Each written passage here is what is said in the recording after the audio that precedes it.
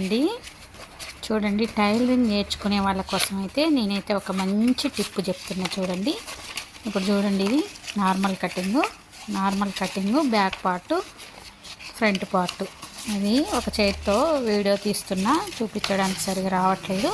ఇది చూడండి, front part back part.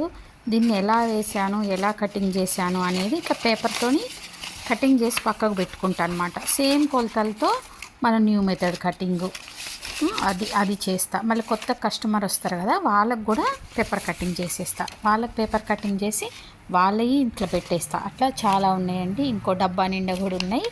అయితే ఇట్లా కటింగ్ చేసి పెట్టుకున్నప్పుడు వాళ్ళకు మనం ఫస్ట్ కొత్తగా వచ్చిన కస్టమర్కి కటింగ్ చేసి ఒక బ్లౌజ్ కుట్టిస్తాం కదా, దాన్ని నేను పేపర్ కటింగ్ దాన్ని ఎలా చేశాను, న్యూ మెథడ్ చేయండి, మీరు నార్మల్ కటింగ్ చేయండి, ఎట్లయినా చేయండి, సైజ్ బ్లౌజ్తో చేయండి, లేకపోతే బాడీ మెజర్మెంట్స్తో చేయండి, కానీ ఎలా చేశారు అనేదాన్ని ఒక పేపర్ కటింగ్ తీసి ఇట్లా పక్కకు పెట్టుకుంటాను అనమాట.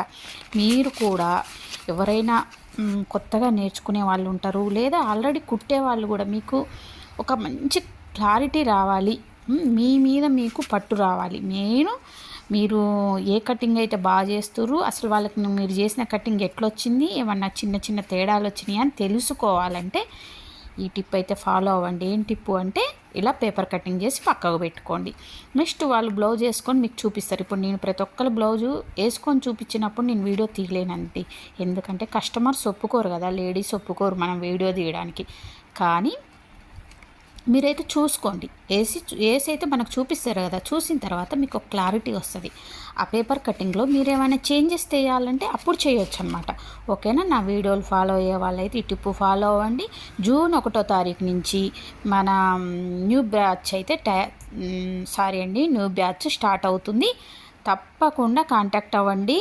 ఒకవేళ మీరు ఆన్లైన్లో నేర్చుకోవాలని ఉంటే ఆన్లైన్లో అయినా నేర్పిస్తా. ఓకేనా? Thank you.